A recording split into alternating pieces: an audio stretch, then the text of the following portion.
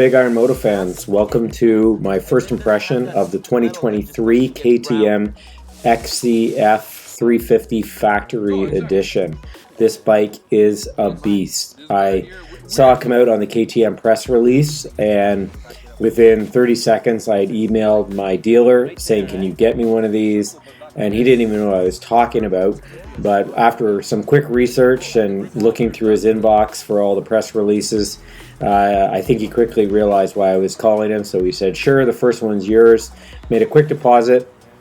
And then it wasn't even 2 weeks later, Alan at GP Bikes, Alan Reeser, was able to hook me up with this bike far sooner than I thought was possible. I thought I'd be waiting well into the new year, but it seems like KTM has really been on the ball with getting these out. And I was able to get out to the Simcoe County, where was this again? This was Ore Lake. Went out with some friends and tested it. So I hope you like this video. First little part is me riding it, and then I'm going to go over some of the things I noticed, and then some more riding, and some more final thoughts on the bike. Hope you enjoy the video.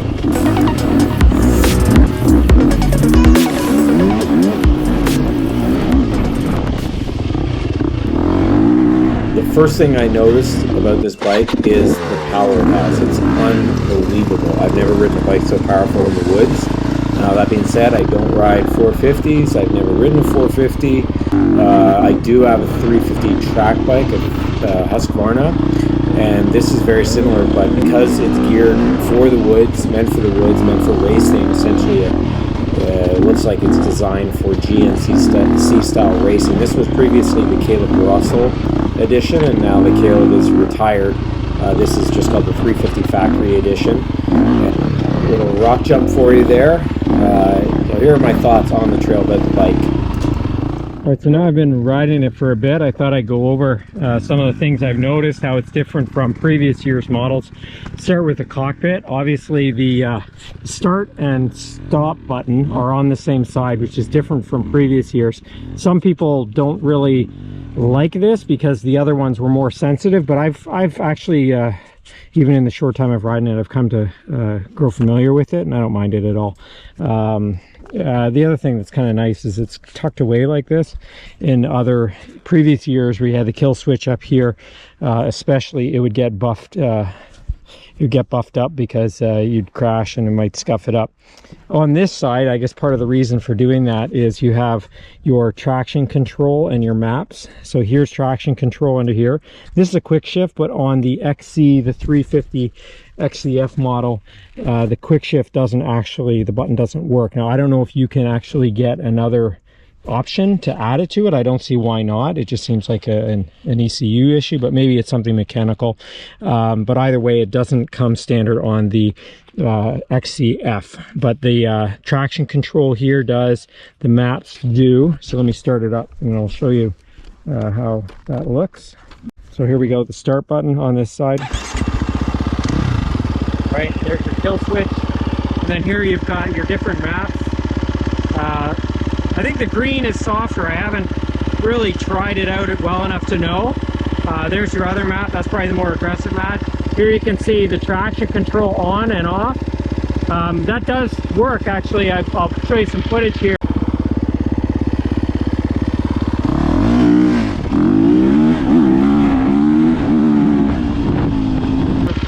And I did notice a significant difference in just trying to give it gas right off the start and heading down a double track.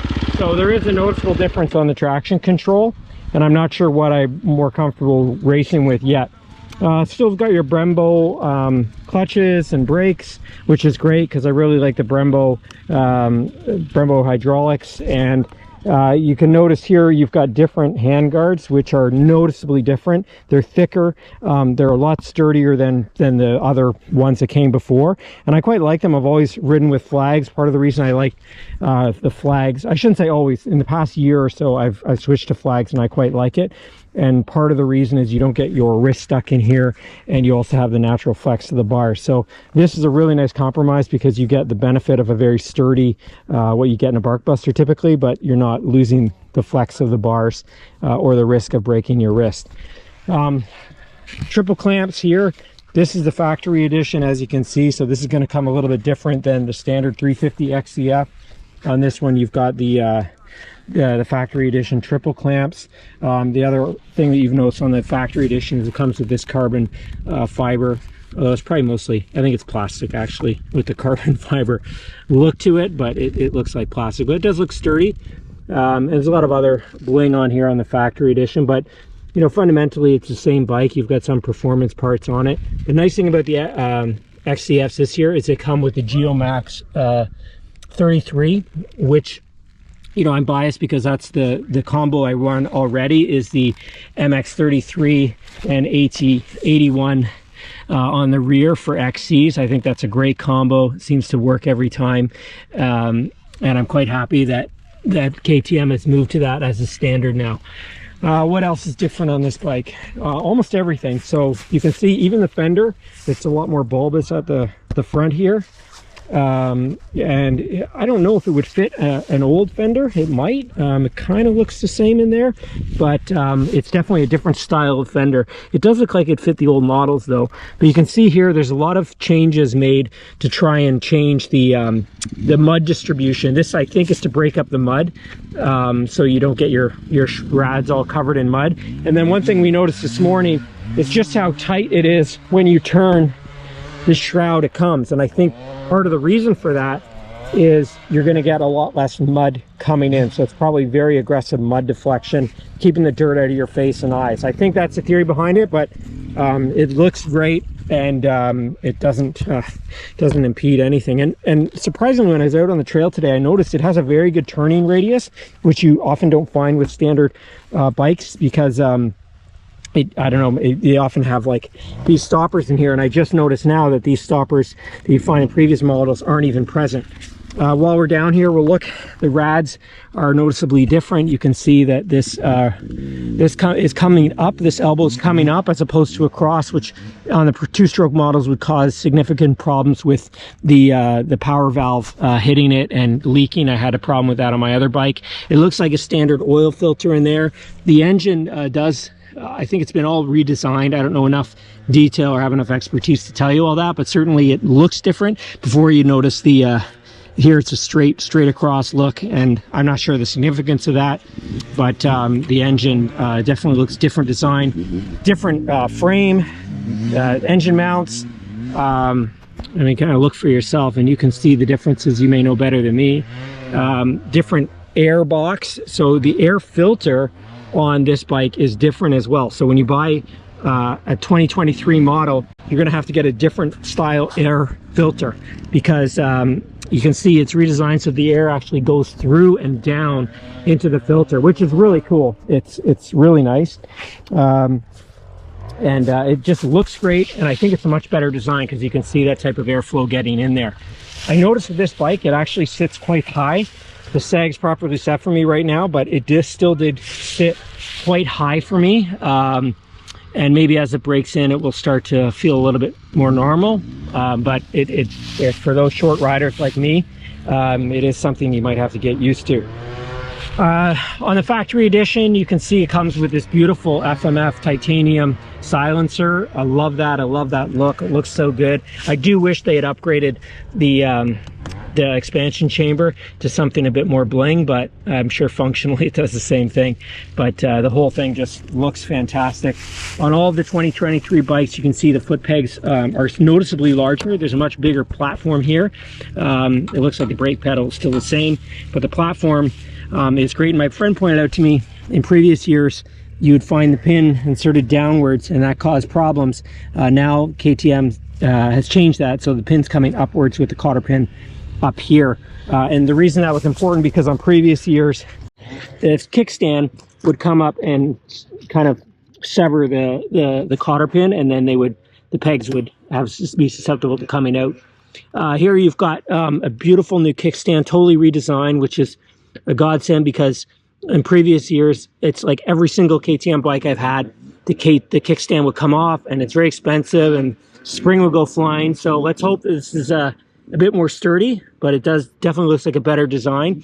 And you'll notice too that when I take the kickstand off, it kind of fades into the bike a lot more. Previous years it would be kind of out more, whereas now it's kind of tapered in and keeping that out of the way. All right, what else? Factory edition, you can see some of the bling that comes with it, with the wheels. You've got the DID Dirt Star, beautiful rims, anodized parts on it, all that. But the XCF standard model is still going to come equipped with the non-blinged out parts. Still going to do more than the job. What else have we got here? You can see that there's no longer any pepcock underneath noticeable. It's a nice flush to keep that out of the way. And when I was sitting on the bike, I noticed too, it's a lot more bulbous out here and a lot thinner as the bike comes in like so, which is a really nice feel to it. I quite like that. Another thing you'll notice is a totally redesigned swing arm. And this plastic piece right here, the chain guard, is really well designed, because in previous years, rocks would hit this portion here, and that was notorious for breaking the swing arm. Here, you've got this protective piece that will come down and, I guess in theory, graze the rocks off and hopefully keep this intact. Well, I'm going to ride it some more and see what else I come across. You can see the XCF comes with this skid plate here. Give you a sense of that. Certainly will do the job for XCs. If I was doing hard enduro, I'd probably want something to protect the linkage, and maybe I will anyway, depending on if I'm getting into more enduro cross style racing. But overall, it looks like a pretty functional skid plate. There you got your cold start button in there, and oh yeah, new rad cap. You can see that's different. Same gas cap as previous years. And I think as I ride this more, I'm going to notice a bunch of other stuff, but those are sort of the basics. Let's get back out riding and see how this bike performs. So far, I'm loving this bike, and I'll tell you more about it once I'm out there in the trails of what I think, but I couldn't be happier with this bike so far.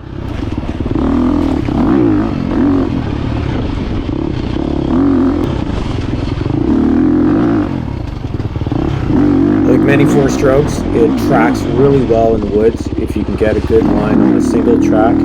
As soon as you're coming out of those corners and even into the corners, that engine momentum and the engine braking is going to allow you to keep that traction, and as you're coming out, you're just pulling. A big difference I notice between this and what the two-stroke I typically ride in the woods is you can track so much better down a straight line. So as you're getting a lot of throttle, it doesn't feel light in the traction, if that makes sense.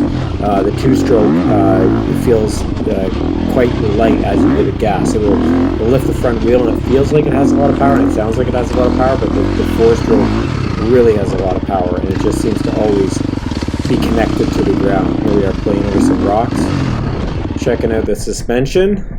Yep, seems to work, and you'll hear me talk about this a little bit later, but it's definitely a stiffer suspension. I wasn't even getting full travel off of this thing, and that was set to stock.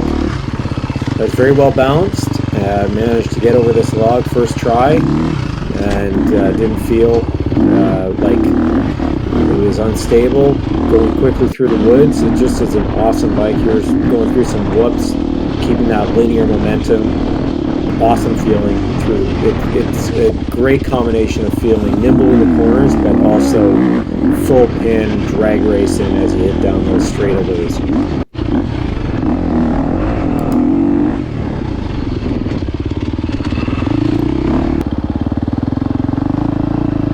Yeah.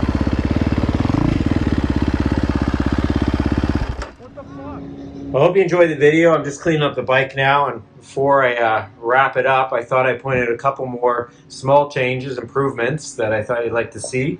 You'll notice here there's a nice cover over the brake fluid reservoir, and that's something that always got scuffed up before on previous bikes, and that's nice to have that covered up.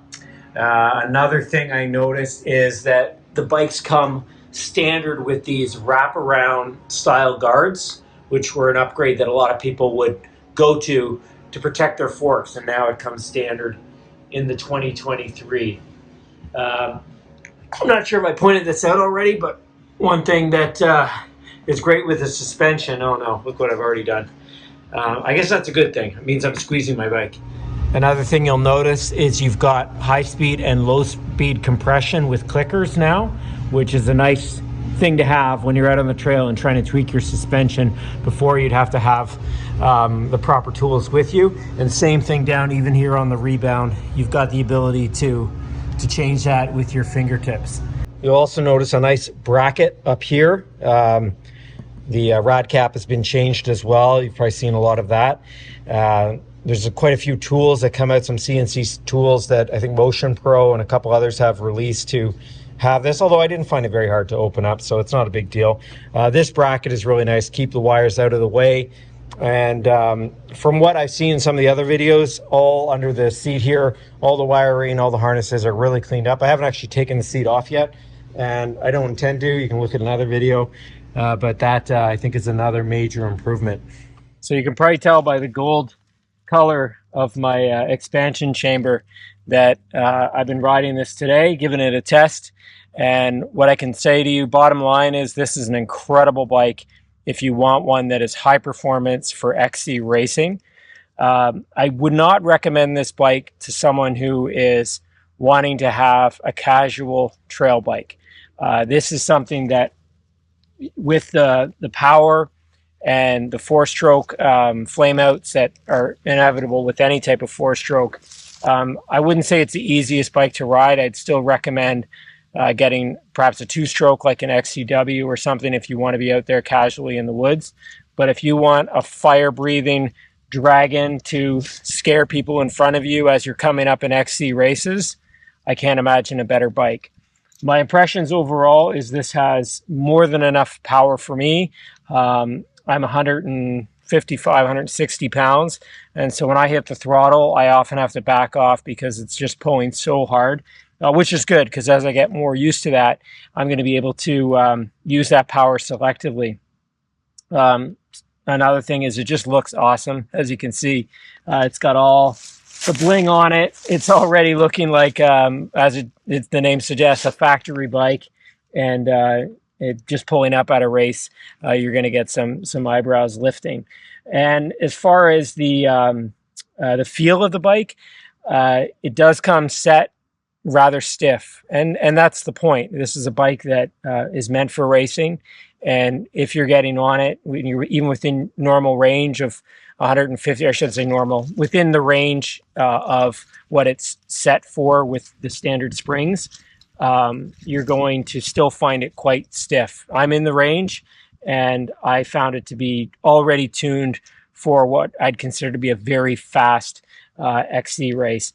I'm pretty fussy on my suspension, so regardless of how the suspension is, I'm going to be upgrading the suspension to the 6500 kit, and that should make that harshness a little bit better. It'll still be stiff for racing, but anyway, that's another video. But you will find getting this bike is quite stiff right from the factory. I set it all to standard settings for the compression today. I did end up clicking it out two more, actually maybe three more compressions, and that seemed to help a lot with the woods. If you're on the track, you probably keep it the same. It's a great bike. You'll see me on it quite a bit. So thanks for watching. This is the factory edition 350 XCF.